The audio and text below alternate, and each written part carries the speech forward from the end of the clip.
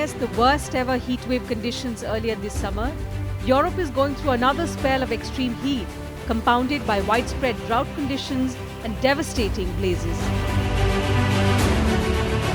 Data from the European Forest Fire Information System says about 1.6 million acres of land burned across the continent so far this year. The figure is 56% higher than a previous record set in 2017 and double the annual average calculated between 2006 and 2021. The drought that started in early summer due to low precipitation is persisting into late summer. Many European countries, including Spain, Germany, Portugal, France, the Netherlands and the United Kingdom, are enduring droughts that have hurt farmers and shippers and promoted authorities to restrict water use. Successive heat waves causing droughts and wildfires have also renewed the focus on climate change risks for Europe. The European Commission's Joint Research Centre warns that drought conditions will get worse and potentially affect nearly 50% of the continent.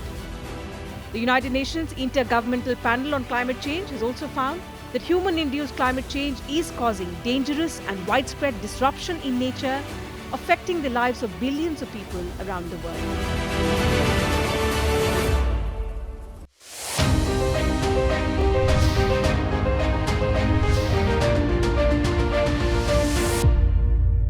In fact, not just Europe, large parts of China and the Horn of Africa are also currently experiencing severe droughts.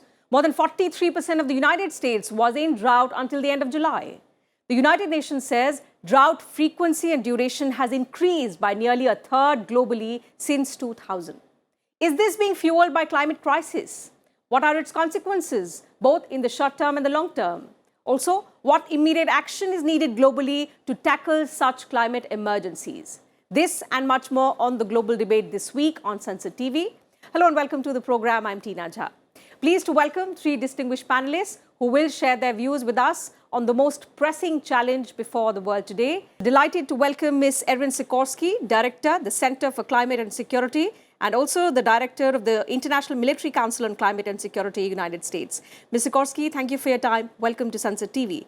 We're also joined by Mr. Alden Meyer, Senior Associate, E3G. It's a climate-based European think tank, but Mr. Meyer is based out of Washington, D.C., so he's joining us from there. Thank you, Mr. Meyer, for your time. Welcome to Sansad TV. And Ms. Suruchi Bhadwal, Director of Earth Science and Climate Change Division, the Energy and Resources Institute. Ms. Bhadwal, thank you for your time. Welcome to this edition of the Global Debate on Sansad TV. Mr. Meyer, allow me to begin the program today with you. You know, for years, scientists had been warning us about the disastrous consequences of climate change, especially of human-induced climate change, and what we are witnessing today across continents. So while some countries are facing unprecedented drought, others are reeling under severe floods. How do you look at it? Have these warnings by scientists over so many years been ignored, or is climate change hitting the world faster than what was anticipated? Well, I think you could say there's truth in both of those statements. Clearly, the world has not responded to the warnings of scientists over the last several decades with the speed and intensity that it should have. And as a consequence, we have not bent down the emissions from fossil fuels and other sources of greenhouse gases. And we are seeing the impacts, I think, coming faster and more intensely than perhaps scientists anticipated a couple of decades ago. It's clear that this is the fingerprint of human-induced climate change. From all the science that's been done, you mentioned the Intergovernmental Panel on Climate Change.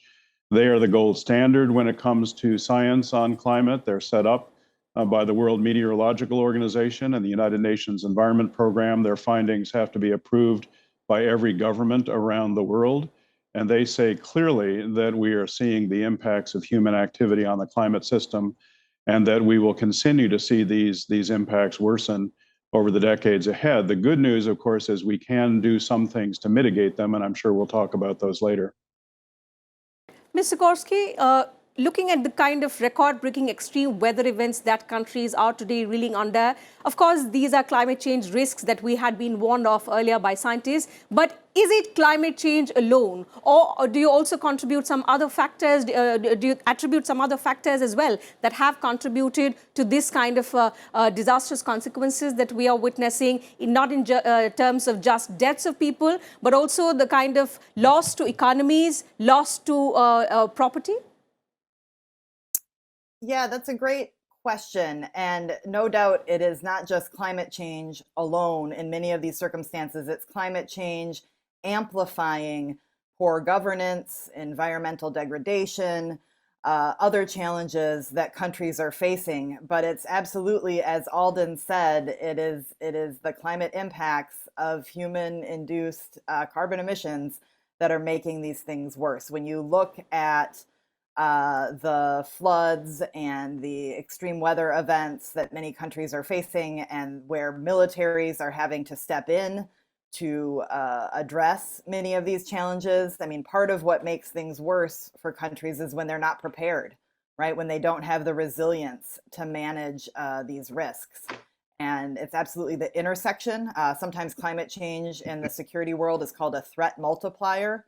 Right, it makes other existing threats, other things worse, and the fact that it's moving faster and more intensely than anticipated is making it that much more challenging to manage these risks as they come. So, what kind of climate action is something that I'll come back to you later to understand? But Ms. Bhadwal, looking at the manner in which countries and even the developed world today is trying to cope up with the changing climate systems, and this is something that we were warned of earlier. The question that arises is, have we not invested well in the kind of systems to adapt to climate change, or have we just ignored these warnings? What is your opinion? So I think we do realize there's a problem, and that is why the IPCC was set up in the late 80s, so 1989. And scientists have been constantly, looking at the advancement in science with regard to these areas of work and warning countries with regard to the implications, the consequences of climate change.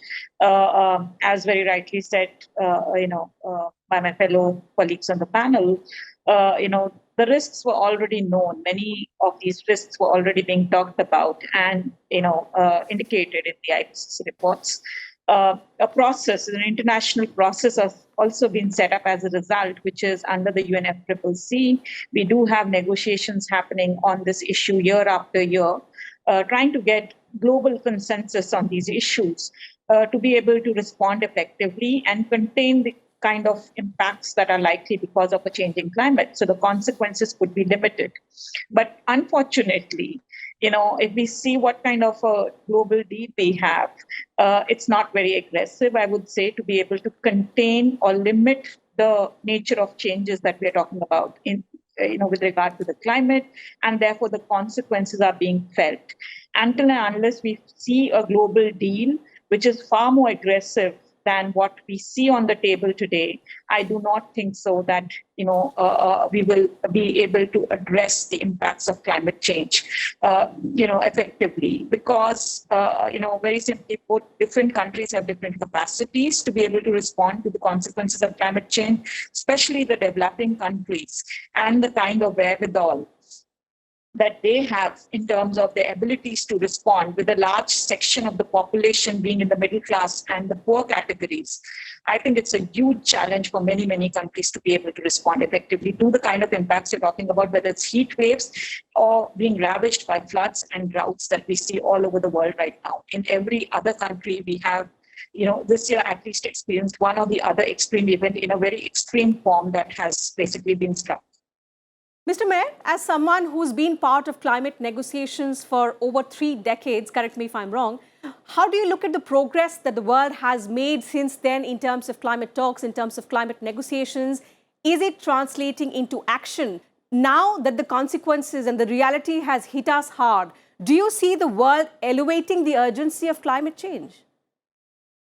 Well, we did start these negotiations over 30 years ago in the run-up to the Rio Earth Summit in 1992. That's where the Framework Convention on Climate Change was adopted. And we've seen some progress in elaborating the responsibilities of different countries under that, most recently with the Paris Agreement in 2015, which is a bottom-up agreement. Each country puts forward what it says it can do to limit or reduce emissions, and then they have to report on how well they're doing in that. The good news is that almost every country in the world has put forward a proposed target under the Paris Agreement for 2030. The bad news is collectively they are far inadequate to the challenge. The IPCC says to have a chance of staying under 1.5 degrees Celsius of temperature increase, we have to cut emissions globally by roughly 45% by 2030. Emissions have been increasing recently with a small blip due to COVID in 2020, but they're on the rise again. So the world collectively is not up to the challenge. It's a failure of political leadership. It's a failure of the North, principally, which is responsible for the historic large share of emissions and also is obligated to put forward financing to help developing countries decarbonize their development pathways. But it's a collective failure. We all have to raise our game. We can't point fingers at each other and say your end of the lifeboat is sinking, which too often I've witnessed at these negotiations over the last 30 years. We all are on one planet together, and we should start acting like it. Ms. Sikorsky, when we talk about climate action, we've recently seen US President Joe Biden sign this historic bill into a law. How significant is it according to you, and how is it going to reduce warming is the question that comes to mind. It's a really important step forward for U.S. climate action for a couple of different reasons. One is just the investments that the bill makes are historic in nature and investing in clean energy across the board, which I think will help move those technologies forward more quickly, help move the United States towards its goals that it has laid out, as Alden discussed, more quickly. And all of that is really important. I also think when you look at the world stage, it's an important bill because it demonstrates the United States' commitment to live up to its goals and what it's saying, right? It's too often, I think, we get in these conversations and it's do as I say, not as I do, right? When we're talking to other countries, and the United States shows now that it's committed. I think perhaps even more importantly, the investments that the bill makes will reduce the costs of green energy, clean energy across the board. And the United States needs to capitalize on that to help other countries then adopt these technologies going forward. And I think this bill could provide that opportunity by making these investments. And then if we can follow that up with climate finance support to other countries to help other countries through the transition that they need to go through, because as Alden says, we're not in this alone, we're all in this together, right? And in the United States, it's important that we're taking these steps, but other countries need to move forward as well. And the US can use this bill and the investments in this bill to help then other countries do that. Okay, let me bring in Ms. Bhadwal into discussion on this perspective on the American climate law. Ms. Bhadwal, how do you see the American climate law leading to meaningful reduction in emissions and that important point of inspiring the other countries, especially if we want a collective action? Yeah, I see the bill in a step in the right direction because I think the world has been waiting to see the response in the United States with regards to climate action, and this is something that is basically welcomed by many of us. Of course, a large part of it depends on the implementation and how things are taken forward. But at least I think the very fact that the government has gone ahead and announced, the focus on giving a big thrust to clean energy and also announced financial allocations with regard to different areas of focus. Personally speaking, I would feel it's a welcome step, and I think we would like to wait and watch how this gets implemented. I do hope that it is taken forward in the right direction, and of course, it may lead to significant reductions in emissions, globally speaking, for the So I'll come back to you. I'll accountability. come back to you. This is a step in the right direction by America, but what are the kind of step that India is taking is something that's extremely important to us, and that is something that I'll come to you. But let me get in Mr. Meyer's perspective on U.S. climate law. Mr. Meyer, Ms. Bhadwal spoke about implementation, and that is what is awaited now. So both your fellow panelists say it's a step in the right direction. But do you see any concerns, any challenges to the implementation of the climate law?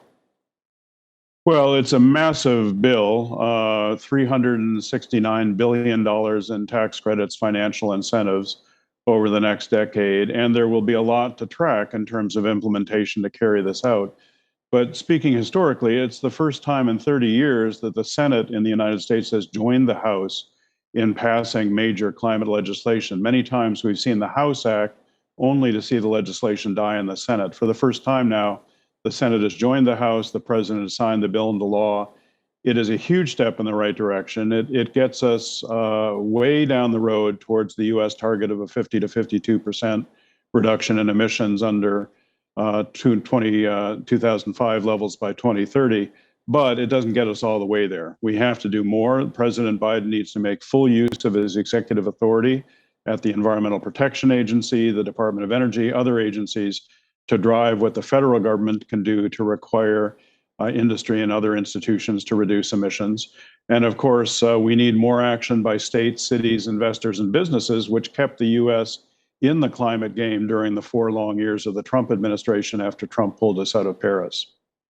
Ms. Sikorsky, I was going through an article, and one of the experts has cited one important concern related to this bill, which includes a clean hydrogen tax credit. And they quote some recent findings saying it has cast a doubt on hydrogen's role in clean energy future. A lot of scientists have found that hydrogen is prone to leaking, and it in fact contributes to global heating when it escapes into the atmosphere. So this is going to require massive monitoring of leakage. How serious are these concerns? And do you think this, if not checked, could inadvertently harm U.S. climate efforts? Look, I think in the big picture, you need to look at all tools we have in the toolbox to address this crisis, right? And all options for clean energy and different investments, you have to do it right. You have to do your research to make sure you're not inadvertently harming the environment. But to take things completely off the table without doing that research, I think is, we're not in a place where we can do that, frankly, given the scale of the problem and the scale of solutions that will be needed. So I think looking at all different types of solutions is really important. But again, with the caveat that you have to do your research and be careful and make sure you're not making the problem worse. I think one other thing I would say around this legislation that's important to keep in mind is cutting emissions, absolutely critical to long-term security and avoiding catastrophic risks. But as we were talking about at the beginning of the program, climate change is already here. And we've already got some baked in risks and baked in hazards that we need to manage. So investments in adaptation are also really important as well. And not only for the United States, but also for countries around the world, particularly those that are feeling these impacts. And so going forward, where I see next steps that we need to make sure we're focusing on is not only the implementation of this bill, but also how do we make sure we're financing adaptation correctly and managing the risks that are already here in the near term. Absolutely. Mr. Meyer, climate change is here. The consequences are for all of us to see, particularly in the European countries where we're witnessing a second a spell of heat wave, and the countries are reeling under severe drought, perhaps the worst in 500 years. What is the kind of climate action that Europe is involved in? So we've spoken extensively about the America's climate law, how historic it is, how significant is it going to be, and now, of course, all eyes are on the implementation. But Europe, what is the kind of steps that European countries are taking in leading the way when it comes to global climate action? Well, Europe has been a leader in this process over the last 30 years. They have in place now legislation requiring a reduction of 55% below 1990 levels, which is a stricter base year than the U.S. uses. And they are moving forward to implement that. Of course, Europe's challenge is compounded by the war in Ukraine and the concern about overdependence of Europe on Russian energy sources, especially natural gas. So Europe is trying to do several things at once. It is trying to address climate change. It is trying to mitigate the impacts of climate change on its population, and in many cases, they have not been as prepared for some of these as countries like the US. And it is trying to diversify its energy sources and get off of reliance on Russian fossil fuels. So they're doing several difficult things at once. This is going to be a political challenge, I think, for Europe over the next couple of years in particular, as they try to accelerate the transition that they were already making. And it's going to have an impact on consumers at the pump, when they pay their home heating and electricity bills. That's going to be a crisis, I think, in some countries over the winter and into next spring, the impact of increased energy prices on consumers. Absolutely. So, these consequences, and which are all interrelated, Ms. Bhadwal, the crux of the matter is that to avoid intensification of such events, we have to curb climate change. Towards that aspect, individual efforts of countries count, and globally, of course, we've all stand as one if we have to, tone down the consequences of and the risks of climate change that we're already witnessing. Towards that, what are the steps that India has taken? And just recently, we've revised our NDC. Tell us about the updated NDC and, the kind of enhancement that we now see in our climate ambitions. Yeah, so I think, so one of the things that I would like to start with is we also, I think, in India need climate legislation to be put in place like Europe and like the United States, the way they've introduced the bill, because that becomes then the overarching framework under which India basically proceeds for any kind of climate action that is being talked about, and to make it more rigorous and vibrant and the implementation more applicable. Now, to say what India has basically been doing, we have a national action plan on climate change and various missions under which basically we are doing implementation with regard to promotion of clean energy and promotion of sustainable urban living. Just recently, earlier this month, India has basically approved its updated nationally determined contributions to allocated to the UNFCCC. And as part of that, I think the objective has been to translate the commitments that the Prime Minister has made in the Glasgow summit in COP26 to be embedded in the new NDCs that are being submitted to the UN. There are certain revisions in terms of the goals that India basically expects itself to look at, on the way towards its larger goal, the long-term goal of achieving net zero by 2070. This is with regard to reducing its emissions intensity of its GDP by 45% by 2030s. And also that India has introduced a concept of mass movement for life, which is lifestyle for environment, because what India sees, whether we're talking about mitigation or adaptation in terms of responding to the consequences of these risks, I think everything somewhere is connected to the kind of lifestyles we are leading, and therefore a greater emphasis on lifestyles and how can we basically look at lifestyles as a concept to address both mitigation and adaptation concerns is what the new NDCs is likely to focus on. India is not, in the current communications that has basically come out, we are not very clear by way of which how much would be allocated, what kind of financial allocations will be made to basically push this agenda forward. But we are aware that there are many policies that are being introduced in many areas, whether we talk about the biofuels policy or the new hydrogen focus that the government has given, a way towards basically promoting all these actions. So therefore, I would basically look at it as, again, something that, India is basically a step towards, meeting its commitments, its international commitments, and of course, its national obligations that it has. Absolutely. And as a country that is also witnessing extreme weather events, so some parts of our country are facing droughts while the others are reeling under floods, we of course have to step up and meet the international commitments. Talking about the road ahead, Mr. Meyer, it's evident that climate disruption is moving way faster than the climate talks, the climate negotiations, and the climate action on part of countries, on part of the entire world. What are the fundamental problems that you see that remain and which keep climate protections from advancing fast enough to avoid more such disasters, which are only increasing in scale, in frequency, in duration? Well, I think the barriers include the fact that we have to address almost every sector of human activity, from energy use to the way we transport ourselves, to the way we produce food, to protecting forests. I mean, it implicates every facet of our economies, our life, and as you said, the lifestyles, which is also a factor here in terms of consumption. So that's a challenge politically. Politicians don't like to do things that affect their constituents in a way that leads them not to support them in elections.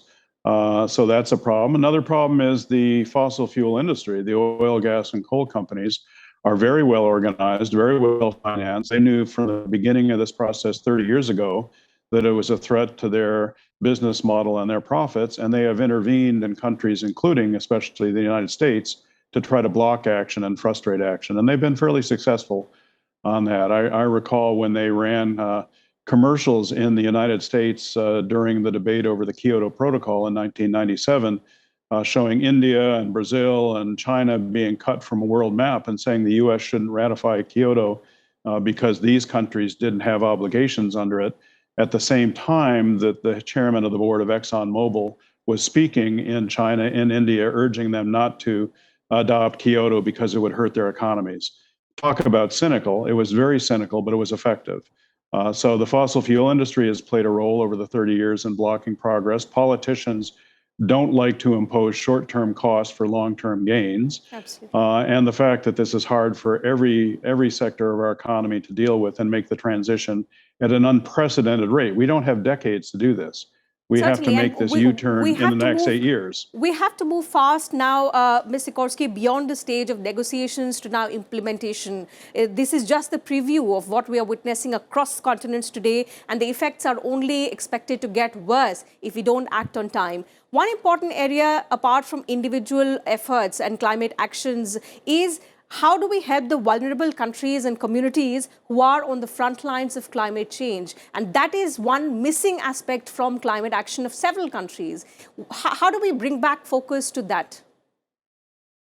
Well, I think that will be a big focus at the next COP meeting in Egypt, scheduled for later this fall, Conference of Parties, because I think the African countries will be focused on pushing the global north to help them manage these risks. And I think that's important.